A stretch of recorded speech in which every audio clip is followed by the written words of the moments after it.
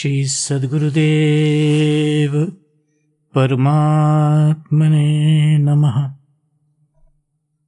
पूज्य श्री ने कहा, सद्गुरुदेव ने कहा, मेरे लिए जब भी जटिल समस्या खड़ी होती है तब मैं एकांत में श्री राम स्मरण करता हूँ और प्रकाश मिलता है। परंपरा ही ऐसी है कि जब कोई साधन न हो तब राम जी की कृपा हमें मार्ग बतलाती है। हमें कहाँ जाना चाहिए? जो सर्व प्रकार का रक्षण देने में समर्थ हो उनके पास।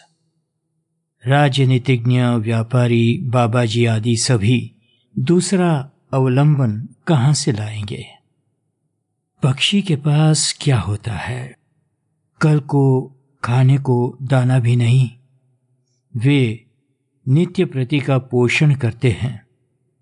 न उनके पास खजाना है, न वे कल को कुछ रखते हैं। हमारी स्थिति आज वैसी ही है। हम सर्वसाधनहीन हैं। करना क्या? उदाहरण हमारे सामने प्रत्यक्ष है। आपको अनुभव है कि एक रत्ती भर लोहा हो वो भी पानी में तैर नहीं सकता, क्योंकि वो पानी से संबंधित नहीं है। और उसकी जगह पर हम एक मन का, एक टन का, इस मन का या 20 मन का लकड़ा पानी में डाल दे तो पानी क्या उसे डुबा देगा? नहीं डुबाता है, कभी नहीं, क्योंकि वो ये सोचता है कि मैंने ही इसको सींचा, पानी देकर पोषण किया, अब इसे मैं कैसे डूबने दूं? भारत भूमि को भी सदैव भगवान ने सींचा है। अवतारों का प्राकट्य यहीं पर हुआ है। अब वे इसे कैसे डूबने देंगे? गोस्वामी जी इसका प्रमाण देते हैं। बोरत न वारी ताही आप जानी सींचो। यदि हम प्रभु द्वारा पोषित है, प्रभु ने हमें पोषण दिया है, तो हमारी वृत्ति परमाणुओं को बनाएगी और हम सर्वे सुखिनः की इच्छा को लेकर सुखी होंगे। इसको आप अतिशयोक्ति अथवा अलंकार ना माने, परंतु ये सत्य वस्तु है।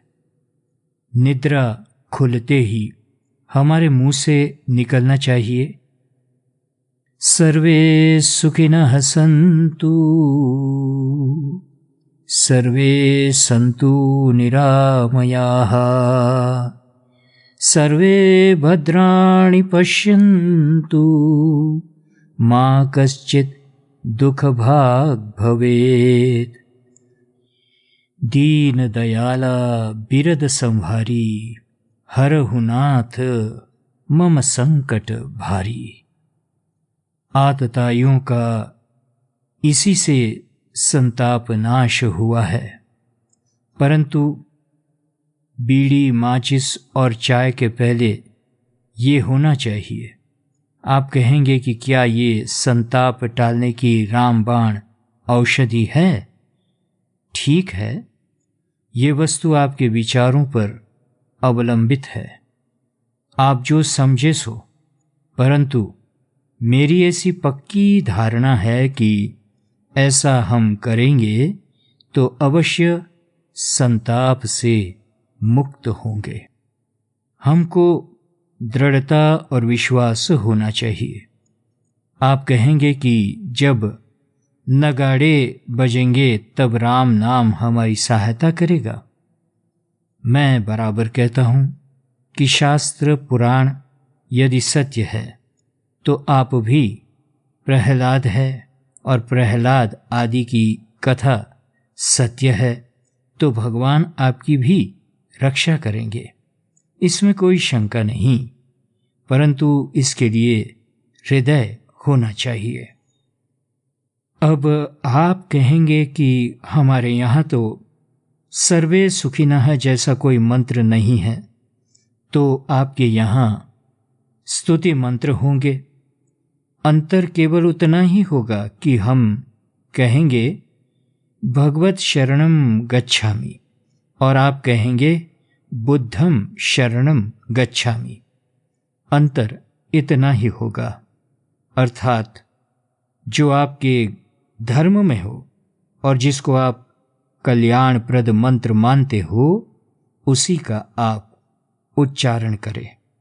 परंतु हमारे लिए तो सर्वे सुखिनः संतु के सिवा और कुछ नहीं है। हमारा यही कल्याणप्रद मार्ग है। मैं पहले ही कह चुका हूं कि ये सब कुछ दृष्टा की दृष्टि पर निर्भर है। आप जिस दृष्टि से जिसमें कल्याण देखते हो सो करें। दृष्टिकोण अपना अपना है। आपको मालूम होगा कि ये क्रांतियां जब हुई तब हमारे महापुरुषों ने किस प्रकार संशोधन करके असहकार द्वारा बिना रक्तपात के स्वराज्य लिया। इन्हीं के बल पर आज तुम नागनाथ या सांपनाथ कुछ भी बने बैठे हो। वो चीज क्या थी? केवल राम नाम का प्रताप, जिसने ये सब प्रेरणा दी थी। आप कहेंगे कि मुसीबत के सामने राम नाम क्या डंडा लेकर आएगा?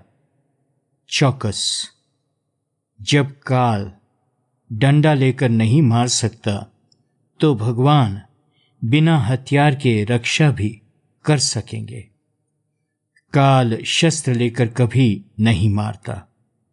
काल दंड धर काहू न मारा, हरहि धर्म बल बुद्धि विचारा। आप विचार करें, काल बुद्धि बल का हरण करके उसका नाश करता है, तो राम नाम जरूर हमारी बुद्धि शुद्ध करके हमें मार्गदर्शन देता है। वो हमारे अंतकरण को पवित्र करके हमारे मार्ग का संशोधन कर देता है और प्रेम उत्पन्न करता है। राम नाम नहीं लेने वाले को इससे उल्टी बुद्धि प्राप्त होती है। आप कहेंगे कि क्या राम जी ऐसे पक्षपाती है? नहीं, वे पक्षपाती नहीं है, परंतु क्रिया स्वतः ही पक्षपाती हो जाती है। रघुनाथ एक जल है। आप जैसा खड्डा बनाओगे, जैसे पात्र में उसे भरोगे, वैसा उसका आकार हो जाएगा। भगवान कल्पवृक्ष है। उसके नीचे बैठकर जैसे भावना करोगे वैसा ही परिणाम मिलेगा। शुभ भावना का शुभ परिणाम होता है और अशुभ भावना का अशुभ।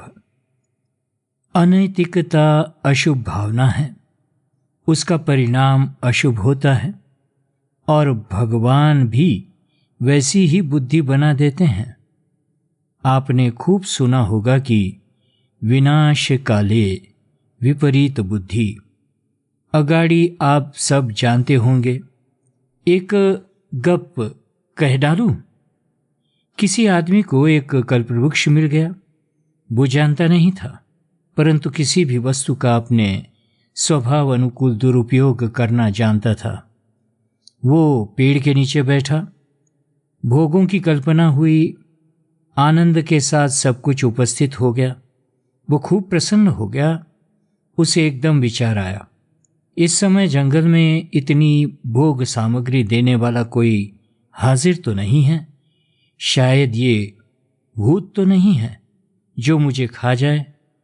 कल्पना होते ही उसी कल्पवृक्ष से भूत निकलकर उसको खा गया। सब ने हंस दिया। अर्थात राम नाम का सीधी रीति से उपयोग कीजिए और लाभ उठाइए। हमें प्रातःकाल उठकर ही कहना चाहिए, सर्वे सुखिनः सन्तु और दीन दयाल बिरद संभारी। रघुनाथ जी का बिरद क्या है? उन्होंने प्रतिज्ञा की है, सकृदेव प्रपन्नाय तवास्मीति ययाचते अभयं सर्वभूतेभ्यो ददाम्येतद् व्रतं मम। अगर एक बार भी कोई कहे कि हे प्रभु, मैं तुम्हारा हूँ, मेरी रक्षा करो, तो फिर छोटे मोटे प्राणियों की या छोटे मोटे दोषों की तो क्या बात, मैं प्राणी मात्र से उसे अभय कर देता हूँ। जब वे प्राणी मात्र से अभय कर देते हैं तो फिर दोषों की तो क्या बात है कि हमें वे हरा सके। परंतु ऐसा कब होता है? जब हम उनके बन जाए तब। प्रभु हर कोई निरामय हो, सबके लिए सुख प्राप्त हो। यदि सचमुच ऐसी भावना जागृत हुई तो हमारी रक्षा होगी, इसमें कोई शंका नहीं। ज़्यादा तो मैं क्या कहूँ, भगवत नाम, भगवत शरणागति और सर्व के कल्याण की भावना के अतिरिक्त और कोई उपाय हमारे पास नहीं है। एक बार हम बांदा जिले में गए थे, साथ में ठाकुर साहब थे। डाकुओं ने उनको वैर भाव की वजह से पकड़ लिया। तब वे कहने लगे, क्या करें, हमारी बंदूक घर में पड़ी है। अरे भाई, घर की बंदूक काम में आने वाली नहीं है, बंदूक तो यहाँ पर चाहिए। हमारे पास में भी घर की बंदूक जैसी नीति है।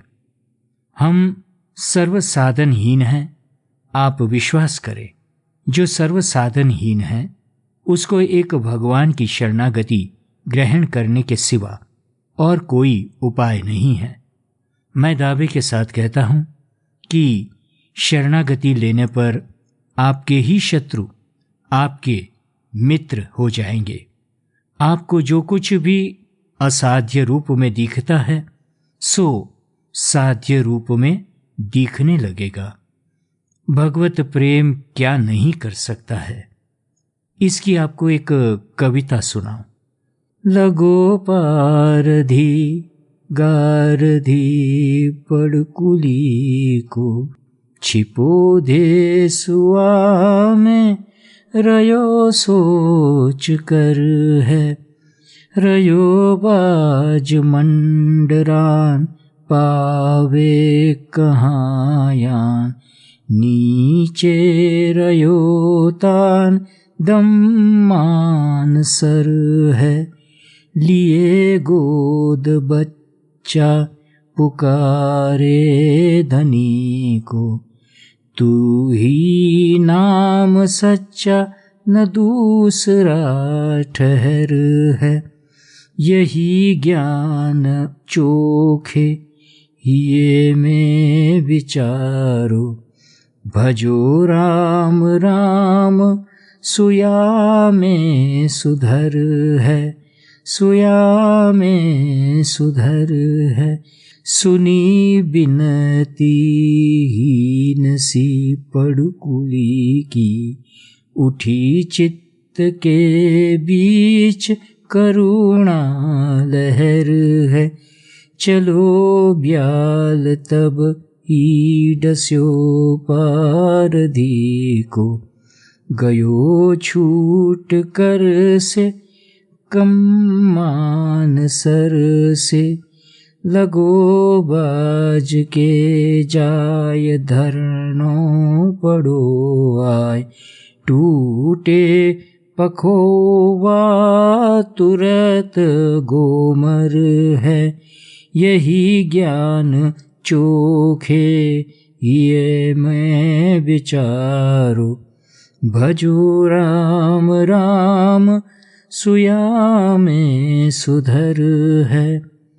पेड़ पर एक पक्षी होला गोद में बच्चा लिए बैठा है। उसके ऊपर बाज मंडरा रहा है और नीचे पारधी उस पर बाण ताके खड़ा है।